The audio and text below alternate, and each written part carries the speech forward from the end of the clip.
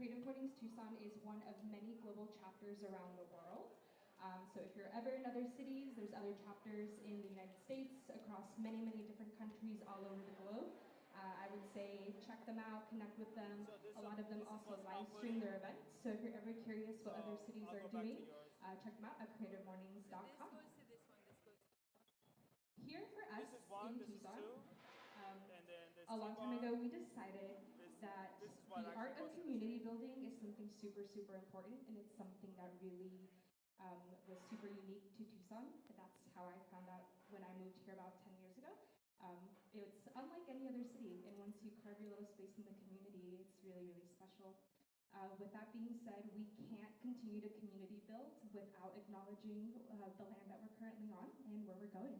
So for us, Creative Morning Tucson acknowledges the sovereignty of Native nations. It acknowledges the 22 federally recognized indigenous tribes of the state of Arizona and those who inhabit Pima County. We strive to be mindful of how we can participate in unsettling the systems of colonialism that live around and within us. And for me and a lot of our organizers, this is something that we continue to carry in everything that we do. So if you're ever curious about the ancestral lands that you're currently residing on, please take a scan on the QR code, and if you ever want to chat more about it, let me know. And like I said, we're just one of many chapters around the globe. So we've got 244 chapters in different cities, around 70 countries, with 27,000 attendees per month, about 11,958 talks online, and 13.7 million video views, and this is growing every month. And I'd like to invite some of our friends to read the Creative Mornings Manifesto. Again, for those of y'all that are new and joining us this morning, this is just kind of our community guidelines, something that we want to share with all of you. Please welcome up Kathleen Dreyer and Adrian.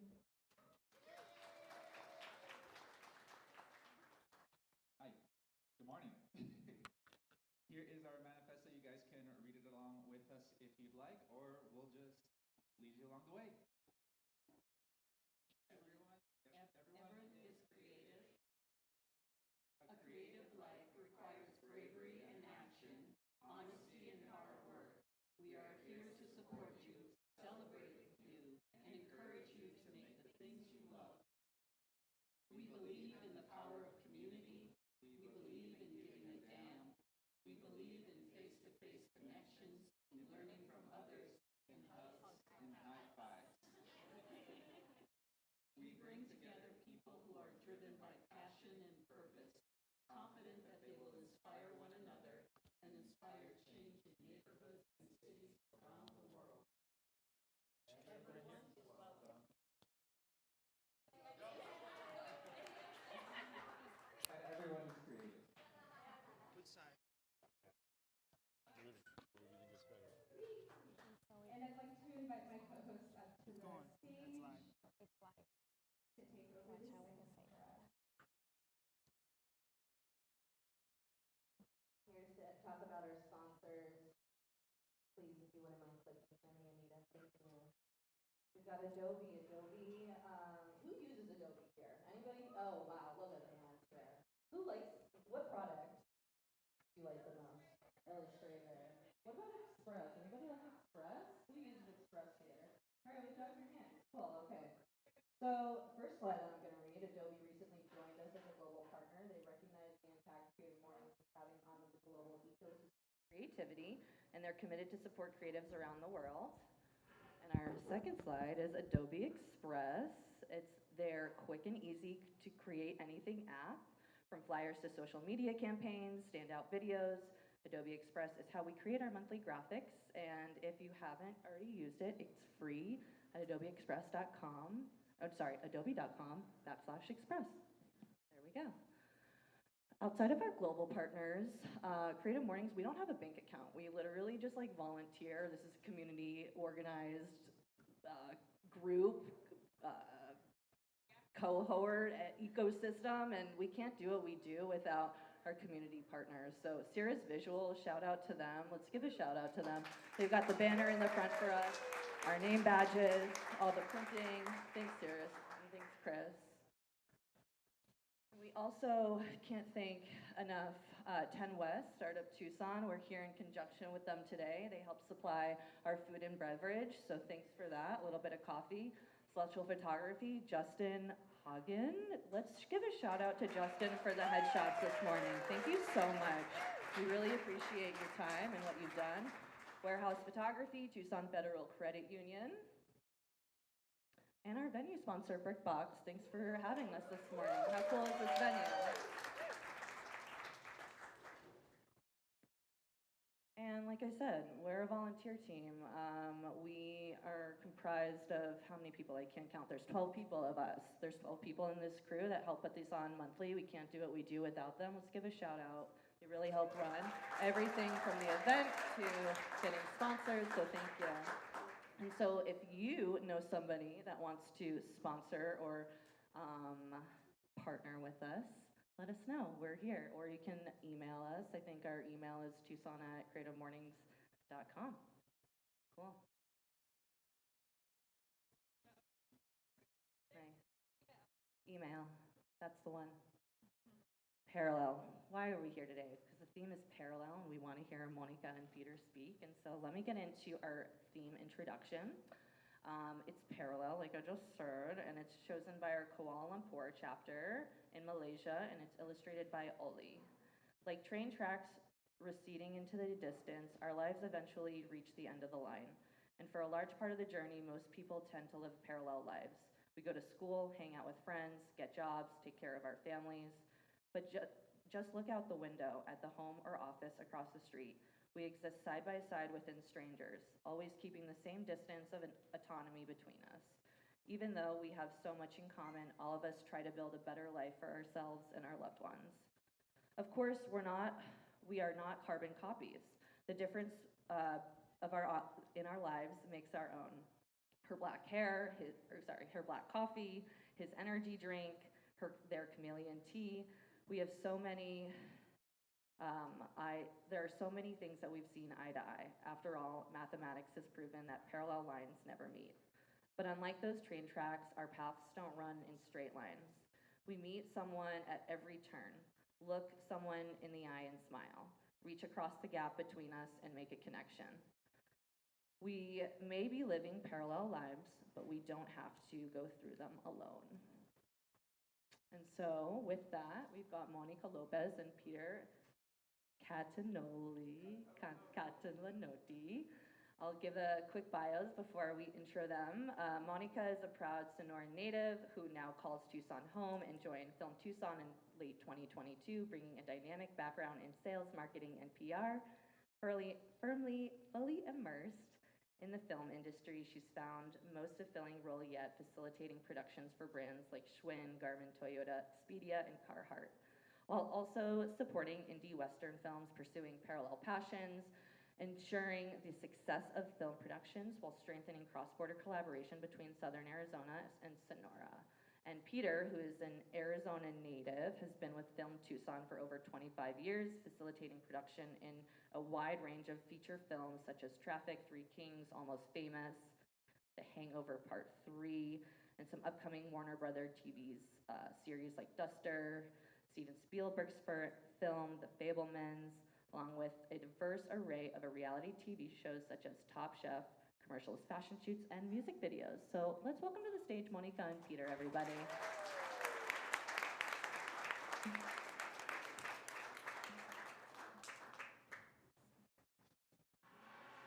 Thanks, everyone. Hi, everyone. Good morning. Thank you. Good morning. Thank you so much for coming. We already feel super special with such a great crowd here. Thank you, Creative Mornings. Thank you, West, for having us. We're very excited and honored to be here with you. My name is Monica Lopez. I'm the production manager at Film Tucson. And I'm Peter Catalanotti, and this isn't on. Hello? Oh, it's not on. My band.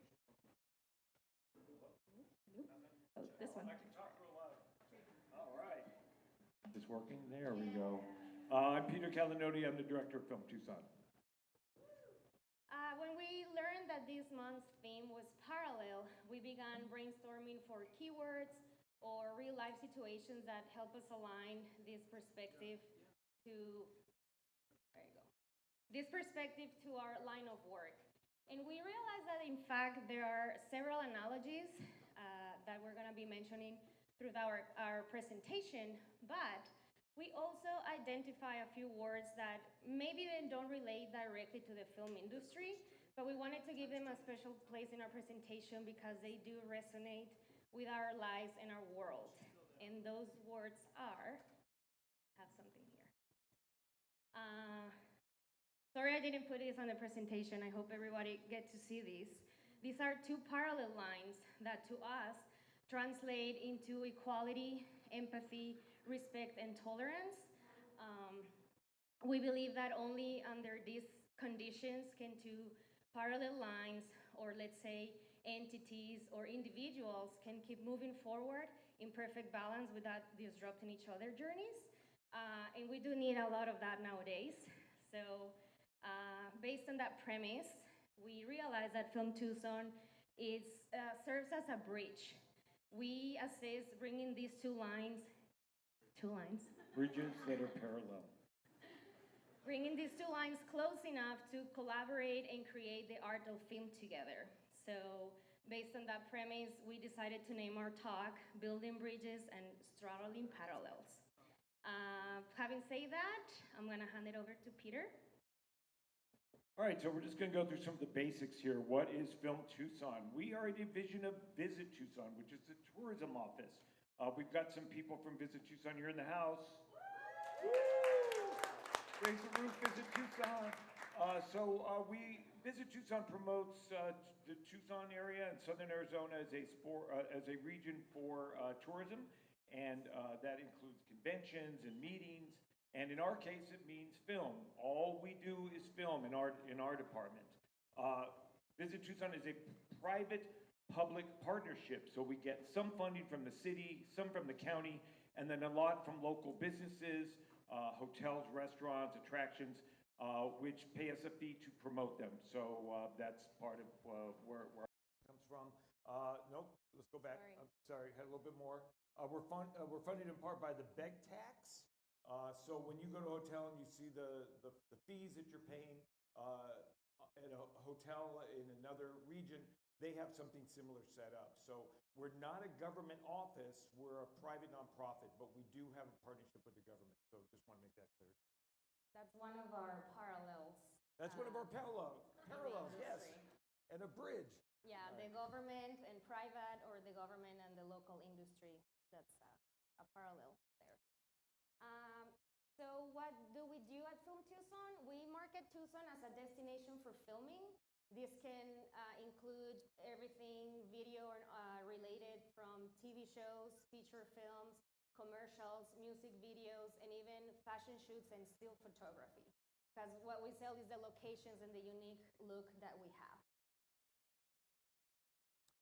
We do this through various marketing efforts, and we're going to go through a few of those. We about bringing filmmakers to Tucson. We can talk to filmmakers on the phone or through email and that thing, but it's actually getting in front of filmmakers and letting them know what Tucson has available, especially showing them locations. That's paramount for us. It's a pretty important thing. So we attend and partner with a lot of the local film festivals. I don't know how many of you go to some of the local film festivals. There's one right here, Arizona International Film Festival. We work with them a lot. They're starting up next week. And what we're seeking is face time with these filmmakers. We want to be able to talk to them about what Tucson has to offer, talk to them about our local crew base, our hotels, all the things that filmmakers are looking for. That's what we're doing. We'll shuttle. I know this sounds like much. Doesn't sound like much, but we sometimes shuttle filmmakers to their hotels when they're at a film festival. Even that small little 5 or 10 or 15-minute drive can mean a lot. And so it's just all about getting in touch with those filmmakers. And then we also fly in location scouts. We do this often throughout the year. We're in contact with a lot of location scouts in Hollywood, and we will fly them out on our dime to show them around Tucson. We drive them around, take them to all the different locations, and we have a wide variety of them, as you know. And again, it's all about getting Tucson and ourselves in front of them so they can sell Tucson to the producers who are making the film. These are only a few examples of the look that we have in Tucson. We all know we're famous for our Western looks, of course. Everybody knows Old Tucson studios, but we have 3 other western towns, in fact. We have tons of ranches and grasslands in southern Arizona. We also we get a lot of asks for the vintage, dusty look type of town, rundown motels. That's a location that we get a lot of requests. But we're not only a dusty town, we also have high-end modern houses. This house is in Saguaro National Park, and we get a lot of calls for these. This is a high-end location for fashion shoots mostly. We have our unique missile silo. That's a big hit. You can find this location anywhere else in the world. And we're also very lucky to have the look of Mexico in Nogales, even here in Tucson. So sometimes they can fake Mexico without leaving the country. And of course, the desert and the saguaros. You will only find saguaros in our desert. So if you see any saguaro that wasn't filmed here, it's fake. So more marketing efforts. We also go to film festivals and film events outside of Tucson. So we've attended South by Southwest in Austin, Texas. I had some events there and connected with some filmmakers on the indie level, which is great. American Film Market, which is attended by various companies that make and produce and finance films. We go there every year, and that's kind of our sweet spot as well. It's a lot of higher indie films, and that's really good for Tucson's market. Sundance Film Festival in Utah, which we just heard is now moving to Boulder, Colorado. Good for them. Just so you know, we actually applied for that. Not many people know that. We actually put our hat in the ring to get Sundance here, but I think we were too big. We have too much sunshine. They really liked that. They wanted that snow thing, and we didn't have that. So we didn't get it, but it was important for us to try. It kind of overlaps with the Gem Show. And then the Gem Show, they wanted to be the only game in town. They didn't want the Gem Show happening at the same time. So, but we made a try. It would have been cool to have Sundance here, right? We also go to a trade show in London where there's tons of location scouts. They go to give talks, and then we get a chance to mingle with them. And so remember when I mentioned earlier that we have location scouts, we fly in. A lot of them have been flown in because of our connection with them when we go to London. So that's really important for us. And then we go to the Telluride Film Festival in Colorado as well. We haven't been to Cannes. We can't afford it. It's really expensive. But if you want to foot the bill, we'll go to Cannes. Let's all go to Cannes together. What do you say? Just one line? That's mine. What do we sell? Besides our locations, we sell our dependable crew base. We have great crew here. We're very strong in our department and grip and electric. We also sell our cost-effective vibe. Filming in Tucson is super easy. Even the city and the county, they're very film-friendly. Our permits are free. The vibe, the community is welcoming. We all get excited when producers are happening, and you don't get to see that anymore in LA.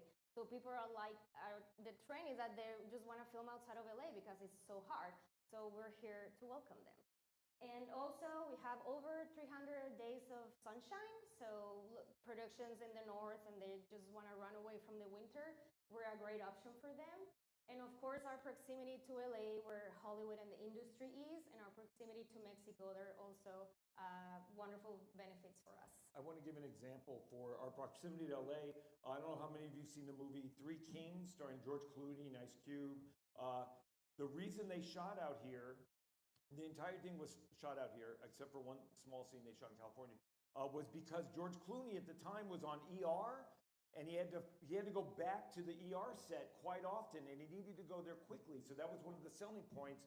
Warner Brothers decided to keep the movie here because he'd be able to fly back to ER quickly and then fly back to the set for Three Kings. So our proximity to LA is a really important thing because producers need to be able to get back home or to another set quickly, and so that's a good selling point. And also we're just 7 hours driving from LA, which is cost effective.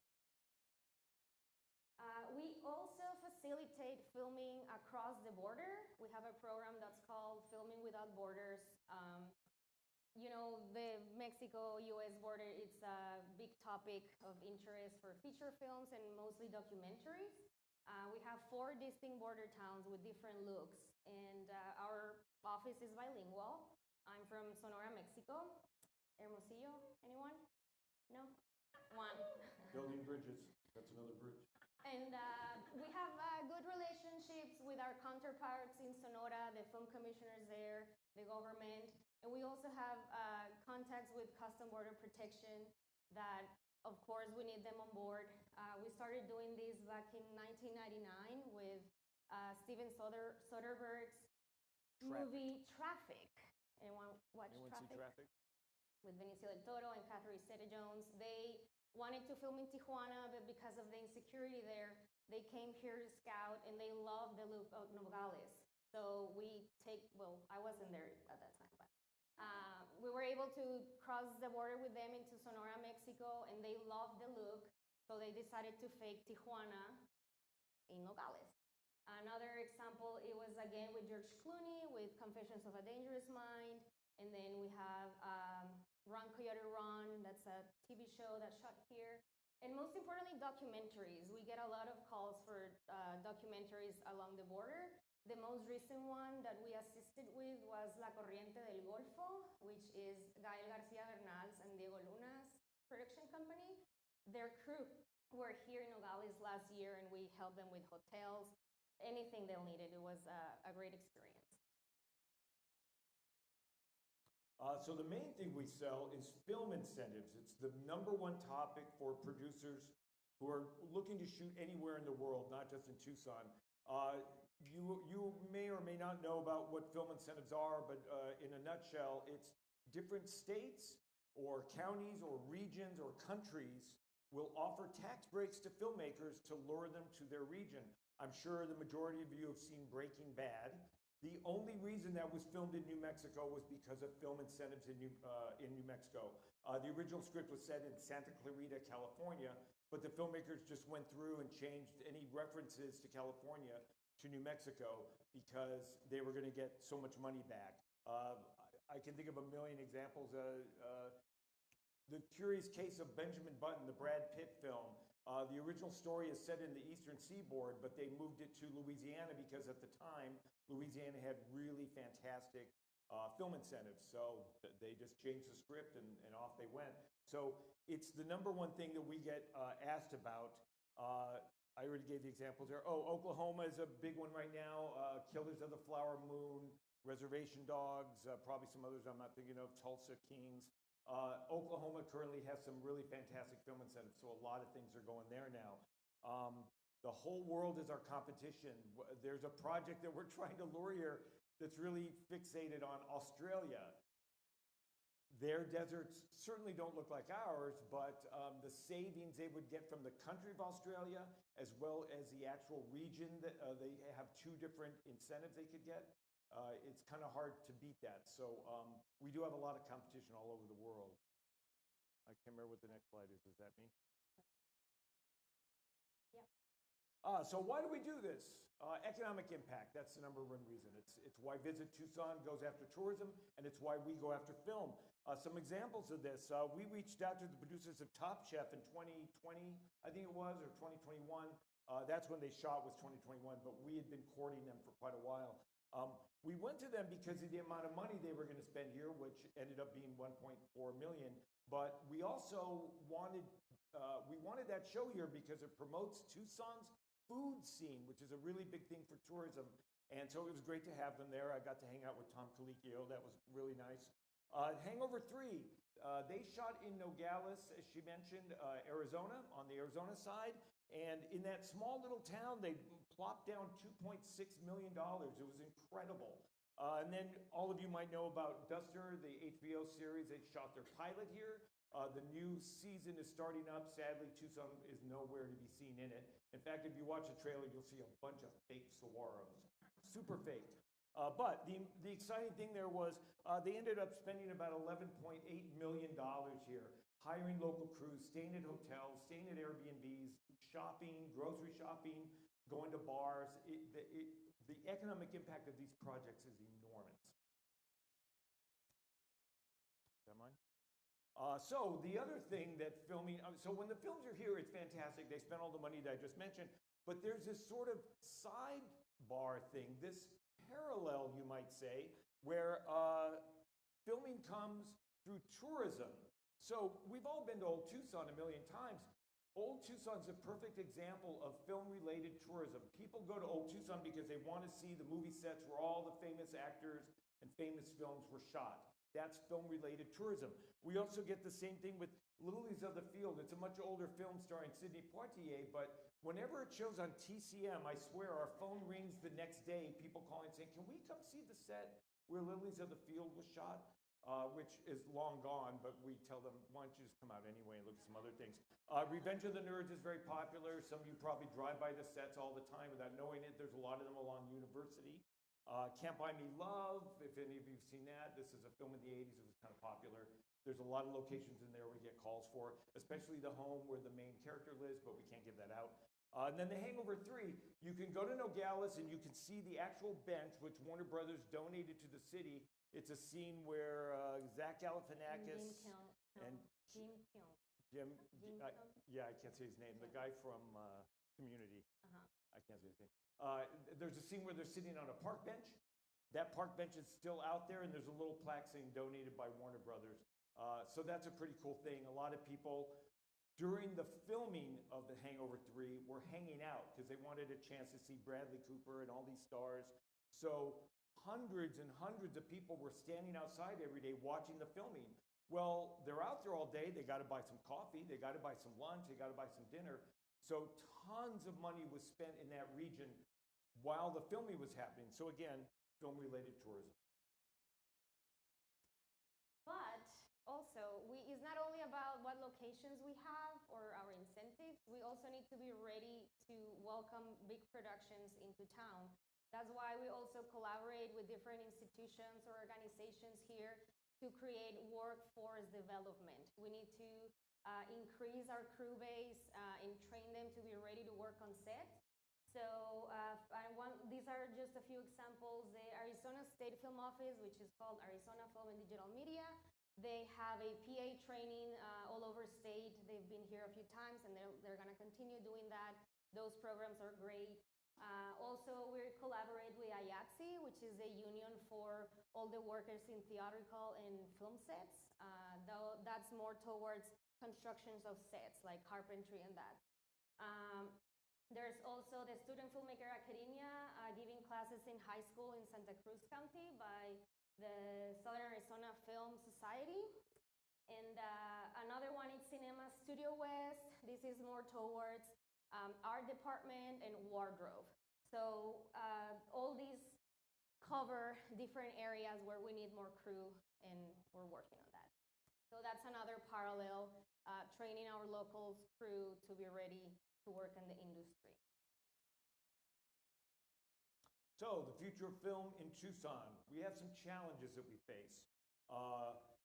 Arizona has film incentives now. We didn't for a long time for various political reasons that I'm certainly not going to go into, but we do now, and it's great. But we all know how politics go. The political winds can shift depending on each election. So right now we have incentives.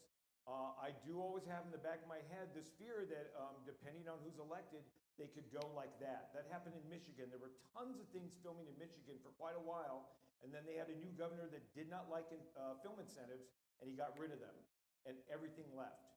So just be aware that can happen. Elections have consequences.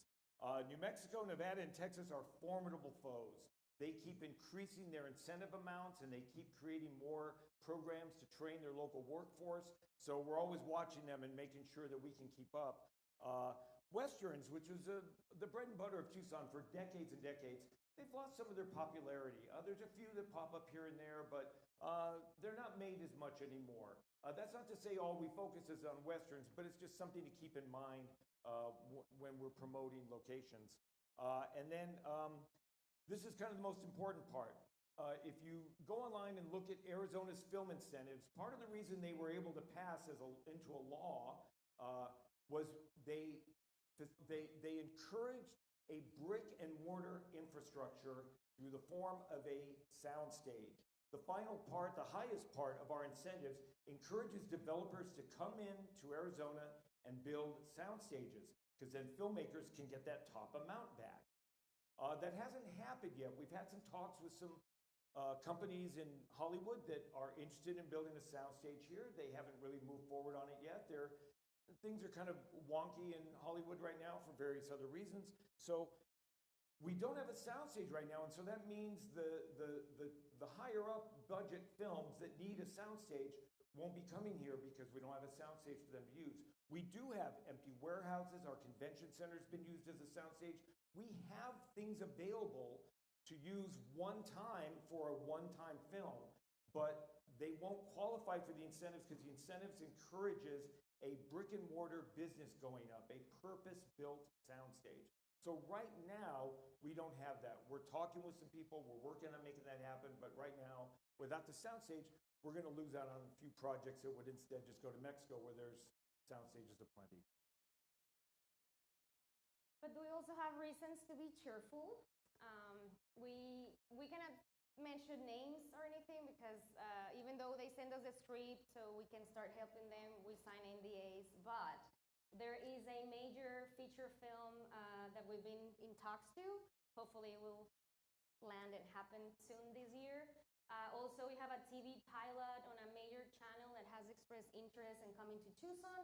And whenever we get these type of phone calls, we just start working right away, finding what they need, making calls, going places, taking pictures, like whatever they need just to lure them here. And we also have been collaborating with producers for a potential TV show that could be filmed here entirely. So fingers crossed, we're hoping to land these projects here. So this is what we do in the film industry. This is how we create bridges. I'm curious to see how many people here work in the film industry. I have a few. Cool. Well, it doesn't matter what line of work you are, if you're in the film industry or not. It doesn't, however your day life or day-to-day life looks like. We believe that if we bring equality, empathy, tolerance, and respect into our work or our communities, we will not only be contributing to keep these parallel lines or the individuals to move forward. We can creatively build bridges whenever they're needed, but most importantly, we will be creating safe spaces for people to feel seen, heard, and empowered. And that's where we think we'll be really thriving. Thank you. That's awesome. So just for fun, you might want to use this QR code. There's a video we put together on our YouTube page. You can also just go to our YouTube page later. It's just a fun little clip reel showing the vast amount of things that have filmed in Tucson and Southern Arizona over the last 50 years or so. It's really fun. We put it together with Scott Latier, and it's almost like one of those clip reels you see at the Oscars. So it's fun and entertaining. There's a lot of things that you may not even know shot here, so you'll be surprised when you watch it. You can also find it on our YouTube channel, and please follow us on social media. We're at Film Tucson. For those who are interested in getting to know the industry or start making connections with filmmakers, we host monthly film mixers all over town. These are free to attend. You don't need to register or anything. You just show up. It's usually a great crowd. It's very, very fun. And you can find each mixer on our social media, or also if you signed up on our website to our newsletter, that's the only email we'll send once a month. It talks about what we've been doing, and also it mentions the mixer, the next mixer, which, by the way, the next one is going to be at Corvette's April 8th. It's on a Tuesday from 5 to 7, because afterwards we're going to go to the screening room to watch the Arizona Shorts block at 8 p.m. As part of the Arizona International Film Festival. And a little surprise for those who are sitting on this side, there's a few surprises under your chair. So when we go to these trade shows, as we mentioned, obviously we take a lot of doodads and things to give away because we want to keep Tucson on people's minds. So some of you check under your seat. You may find something hidden underneath. We'll wait until some of you look. Oh, there we go. So what these are bandanas that say Film Tucson on them, and they're very popular because they kind of give the Western flair, which people like. They say Film Tucson on them. Filmmakers love that because they like wearing bandanas on the set to keep off the sun or to sop up the sweat, whatever it is, wherever there's they're filming. So we just want to give you a taste of some of the giveaways that we do. Right. Thank you so much, you Thank guys. you.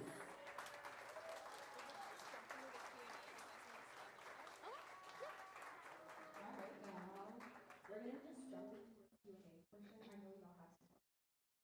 I will go ahead and It wasn't working. start off. What is your favorite part about essentially pitching Tucson to some of these crews that are coming in and are interested in filming?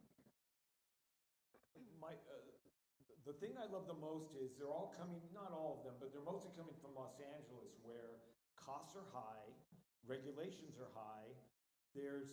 So I don't know how many of you have tried filming in LA. The minute you get out of your car, your van, or your truck with a camera or equipment, everybody's rushing up to you. Where's your permit? Do you have permission to film here? Let me see, let me talk to your supervisor, da da da da da. We don't have that here. We have film permits. We also know some people film without permits. We just pretend we don't know about it. But the point is, Tucson, you already know why you live here. It's laid back, it's chill. We love saying to filmmakers, we love showing them how laid back and cool Tucson is, and that's part of it. They know they can film here in a friendly environment with good crew. That's a really fun thing to impart. And it's one of the things that we also promote. Besides the incentives, there are a lot of other things that they can save money while filming here because they won't encounter the struggles that they do in LA. So that's another benefit. And my second question to both of you is,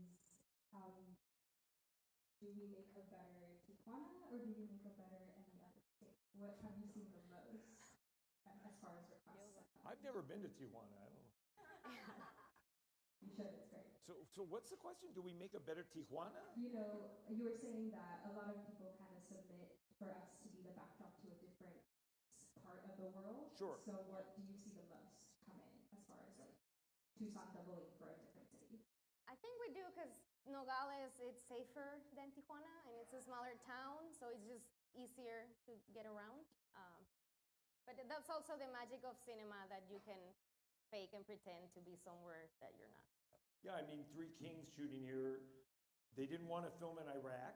They didn't want to film in a Middle Eastern country at that time. They just felt it would be too dangerous. We found them in an abandoned mine north of Tucson, and so much easier. So, yeah, it just kind of depends. I don't know how many of you have seen the musical Oklahoma from 1955 or 6. All of that was filmed in southern Arizona. None of it was filmed in Oklahoma. So the wide variety of things that we can be faked as, it's really exciting. That's a fun thing to show filmmakers. Perfect. And then I'm going to hand it over to the crowd. I saw the first hand right over here. We're going to go second and third. Thanks for all you do. Sure. Do you also promote local novelties at a miniature museum or some other cultural resources? Yes. I'll just say, so when HBO was here, they were here for about a little less than 6 months. I made sure to promote all the local activities. I actually, every other weekend, I would plan an excursion for the locations team because they were the people I worked with the most besides the producers. I made sure to take them around to different events and different attractions. We're always promoting the region's attractions. And also the film industry, they're very sophisticated, they're very technologically connected, so they find a lot of that on their own. I always enjoyed going to the production meetings in the morning and hearing what restaurant they discovered or what bar they discovered on their own, what museum they discovered. So through Visit Tucson and then our own efforts, we promote the heck out of everything local that we can, all the time. And depending on the location, we also promote on social media like the location of the week, and then we feature different places, museums, you name it. And as part of our mixers, we move them around every month to a different bar/restaurant. That's another means to promote, at least locally, to local filmmakers. Here's another potential location you could film at, and so that's number one to us, yeah. Hi, I'm curious,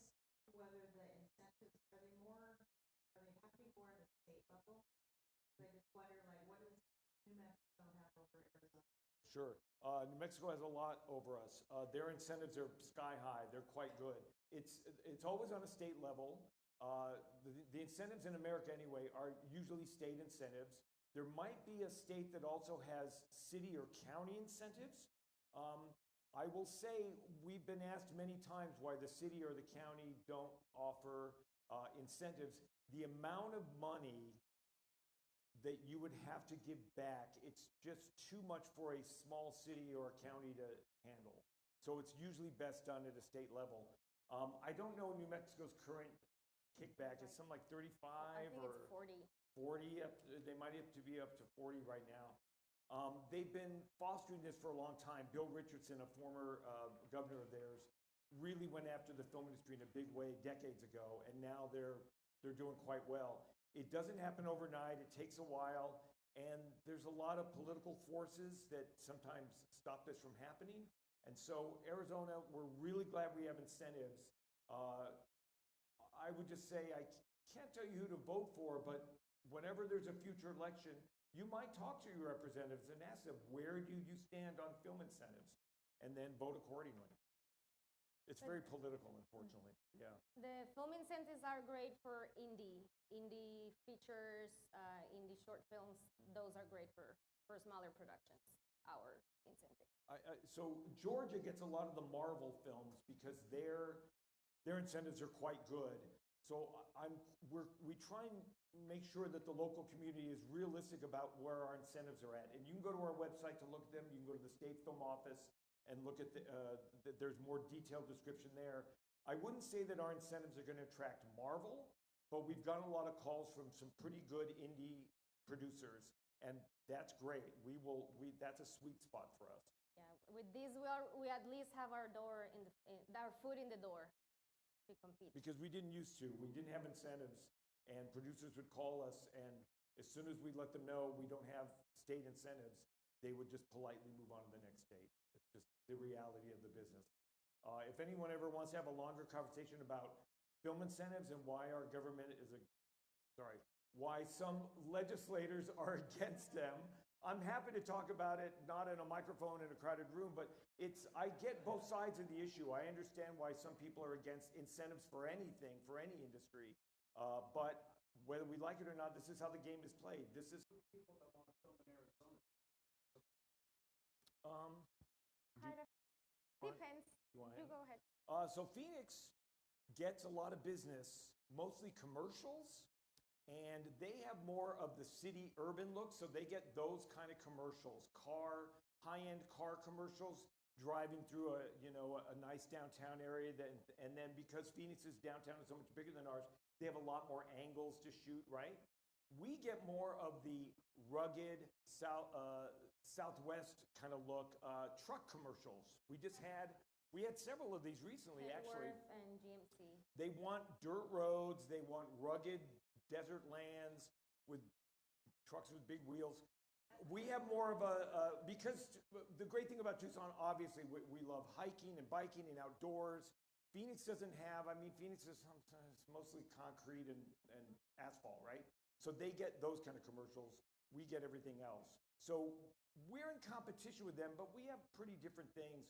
What I would say, in those shots that we showed of the things that are popular here, high modern homes are really popular with fashion shoots and commercials. And the one that we showed you that was in that little corner, it gets a lot of calls. They've had a Calvin Klein shot there, a Jeep commercial, Amazon. But I have to say, Phoenix has way more high-end modern homes than we do. We have some to show.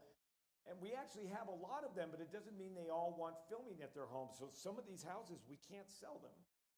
So Phoenix does have us in that way. They have a lot more of that.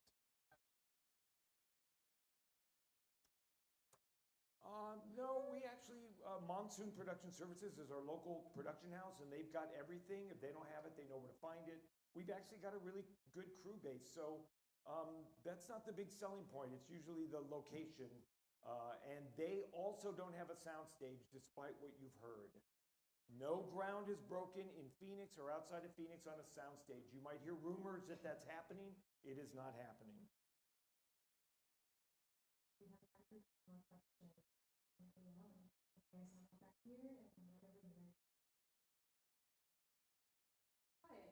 So I was wondering when you do like work on these productions, like something else called indie film or something like HBO, when they release like out into the public, is there a way that like audiences are able to know like it's being filmed here? Because I feel like unless if it's been like a couple of decades, like you're walking around the university being like, oh, that's where they filmed Revenge of the Nerds. Like you get to know about that later because it's important.